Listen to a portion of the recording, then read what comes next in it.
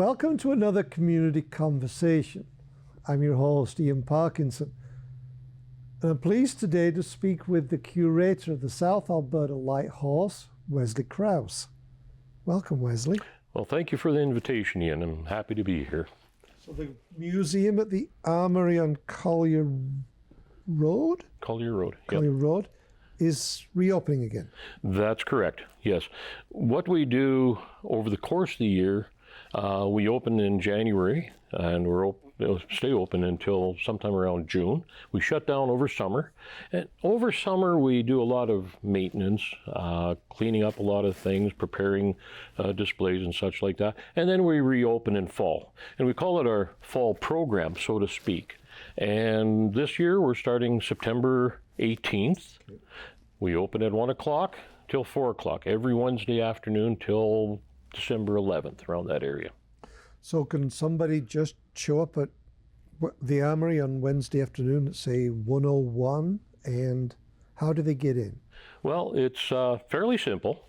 Our main entrance for the museum is on the parking lot side of the Armory, Patterson Armory, and we do have a doorbell. And it is a secure building, so the doors are locked. So you ring the doorbell, and one of our volunteer docents will open the door for you and come on in. And we'd be happy to take you for a tour around the museum. What time span does the museum cover? Well, we cover the units that the South Alberta Light Horse perpetuate. And that, in history, that dates from 1885 right into the 1940s. I should mention, people have always asked, what do you mean by perpetuate? Well, perpetuation is a very uniquely Canadian concept, and that was initiated in 1920 after World War I. And the whole idea was, after World War I, a lot of units were formed in communities and in districts. They served their time in World War I.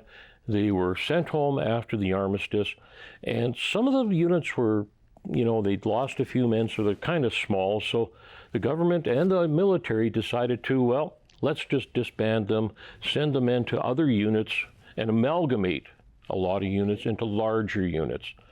But the thing is, the history of those smaller units would have been lost. So the military came up with the idea, in conjunction with the Canadian government, to perpetuate the history and the honors of smaller units that are being disbanded and amalgamated into larger units. So here in Alberta, coolest thing, I think it's just amazing how all these different units were formed into what was called the Alberta Regiment. It was located in central Alberta. Great idea. However, it was a large unit, and it was difficult to handle. So they broke it up into the North Alberta Regiment and South Alberta Regiment so that the districts could be separated. So what that did, that allowed men in the southern Alberta area to, congregate into one parent unit, and likewise in northern Alberta. Fantastic idea. But the key point is that all of those units are being disbanded and men being amalgamated into other units. Their history and their honors were being preserved. So that's what the South Alberta Light Horse does. And the South Alberta Regiment was a precursor regiment to the South Alberta Light Horse. That's correct. South Alberta Regiment, technically speaking, was formed in around 1924. With that whole amalgamation plan. And it went through a lot of growing pains over the period of time until World War II initiated. Yeah. So what they did, the South Alberta Regiment was initially an infantry unit. So they trained as infantrymen. They trained in Calgary, Sarcee Camp. They did some training in 1940 there. So eventually they were deployed and attached to the 4th Canadian Armored Division. So as a result, they went overseas as an infantry component, but they transitioned into an armored reconnaissance regiment, and they were named the 29th Canadian Armored Reconnaissance Regiment. And they served as a South Alberta Regiment, the 29th CARR, all through Northwest Europe, and did some amazing stuff. Well, and the Sarcee Camp for both the South Alberta Light Horse and the South Alberta Regiment, I mean, some of their history is now perpetuated with the monument on the South Saskatchewan Highway 1 monument. That is actually, that steps back into World War I era. Yeah. The one here in Medicine Hat. It's the 3 CMR, which is the 3rd Canadian Mounted Rifles. It was a unit that was formed here in Medicine Hat area and drew men from outside of the city. But also it honors the 175th Battalion, which was the genuine Medicine Hat Battalion. And if you look at the cap badge of the 175, it's actually got a Stetson on it, which is really kind of cool, very unique badge. And they were primarily Medicine Hat men that formed that battalion. Unfortunately, when they were deployed overseas, they were absorbed into a reserve battalion. And a reserve battalion was kind of a holding pattern for battalions that they didn't know what to do with them yet. But what they did with the 175, they broke them up. And men of the 175, they served in other units that had been depleted of manpower on the Western Front. A lot of the guys went into the 50th Battalion, which is from Calgary, and then other units as well, too. So when you talk about a 175 battalion man served in World War I, he didn't necessarily serve as a 175th Battalion man. He would have been attached to other units. You're almost like Monty, where you're wearing 2 cap badges. Pretty much. Pretty much. However, the Canadian military frowned on the 2 cap badges. Yeah. I have the distinct impression, if it wasn't for the fact that he was the general, I don't think he would have got away with it either. You got it. Yeah.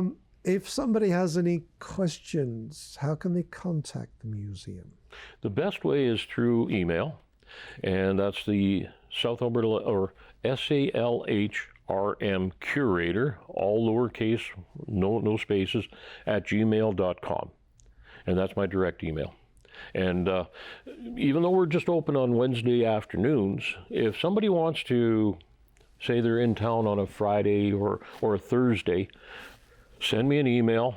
I'll make an arrangement and I can meet them there, or I can have one of my docents meet them there, and we can do a tour. Excellent. Now, you mentioned that Medicine Hat Regiment started in 1885. Who's the original regiment? Well, the Rocky Mountain Rangers. Now, interesting thing, the Rocky Mountain Rangers technically were formed in Pincher Creek area. But with the CPR crossing here at the South Saskatchewan River, there was a concern that there might be characters that might want to damage that crossing. So they actually formed a troop that moved into the Medicine Hat area, here, like right here in Medicine Hat, and they acted as kind of a policing agency, more or less. Just keeping an eye on things, making sure that there were not the bad characters doing bad things to the train trestles or any of that stuff. So that was their primary purpose. What they did, they actually petitioned to the government to provide them with some supplies, equipment, in other words. The government really wasn't too cool on that idea. But the best part of that was that it put this area, Medicine Hat in particular, on the map in the mindset of the Canadian military. So what they did, they sent a regular Army force, Halifax Provisional Rifles, a company of them, to guard this crossing here. The Rocky Mountain Rangers really didn't think much of that, because that was their territory, so to speak. And they had there was some friction there, but they did work together. And there's photographs in archives of regular Army soldiers and with Rocky Mountain Rangers soldiers that are, on a more friendly nature, sort of thing. The Rocky Mountain Rangers of that time only lasted about 6 to 8 months. They didn't really disband, but they just kind of melded into the background. And a lot of the men of that regiment, they actually served in the Canadian forces. Some of them were shipped overseas to South Africa and stuff like that. And some of them had a very long careers in the Canadian military. Interesting, because that's 140 years of Medicine Hat history. People don't realize that. The coolest thing, though, the Rocky Mountain Rangers were reconstituted in 1916 as the Rocky Mountain Rangers, 172nd Battalion. And they served in Europe, on the Western Front, but not in a combat role. It was as a policing agency. So it was kind of like a military police, so to speak. I hate to use those quotations, but that's basically what they did. And then in 1920, they were, well, disbanded, but they kept the name alive through that perpetuation program, our idea. So in World War II, they were reconstituted again in I think it was 1940, and they were shipped to Europe. And guess what they were doing? They're a policing agency. Very interesting. And now they lost the battalion designation, but they were Rocky Mountain Rangers. Now, the thing is, too, they were mainly stationed in the BC, British Columbia area by that time, but they had already tied our perpetuation together, and they are one of the earliest units the South Alberta Light Horse perpetuates. Now, the South Alberta Light Horse, I believe, has also had members serve in Bosnia and Afghanistan. Are they represented in the museum? Oh, yes, indeed. Yes, indeed. In Afghanistan, Iraq, and that whole uprising in that area in the 1990s, a total of about 120 soldiers from the South Alberta Light Horse served overseas. However, they're absorbed into regular force units. So some of the guys worked with the Royal Dragoons, Lord Strathcona Horse, and such like that. However, one of the former or past commanding officers of the South Alberta Light Horse, he had a position in headquarters detachment in Kandahar. And when he was asked, you need some men to support you, he said, yes, I want my men. And they didn't know what they meant. And he said, oh yeah, we'll just give you some guys. No, you don't understand. I want my South Alberta Light Horsemen working under me as South Alberta Light Horsemen. So there's about 58 members, roughly about 58 members of the regiment that served as South Alberta Light Horsemen in Afghanistan. That was unheard of. There's only one other unit that served as their identified unit, and again, it was an Alberta unit, and it was the Calgary Highlanders. I didn't realize we'd had that many members serve in Afghanistan. That's a significant number. That is a lot of, yeah. Okay, is there anything else you'd like to add with the museum? Come on out to see the history of Medicine Hat and the men that served. The key point of what we do as the South Alberta Light Horse Regimental Museum is to preserve the memory of veterans that served our country, and namely veterans from Medicine Hat area. And it's through the preservation of military artifacts that we continue that whole concept. So you come into the museum, you're going to see a lot of history in a very small place. Yes. You'll see an actual World War I trench setup. Like, it's not all the noises and the sounds and the smells, but it's exactly what a Canadian trench looked like. You'll see a diorama of World War I trench. You'll see the early formation of the South Alberta Regiment as it transitioned into the South Alberta Light Horse. You'll see displays of our Victoria Cross winner of the South Alberta Regiment, Major David Vivian Curry. You'll see a display of the Padre of the regiment, Padre Albert Philippe Silcox. Interesting guy. His family, his sons are friends. You'll see a local fella, Danny McLeod, who has also served with the regiment. He is highly regarded by the citizens of Bergen-op-Zoom in the Netherlands. And so that ties in with Duffy the Tank, who was Danny's friend. Danny's best friend, exactly.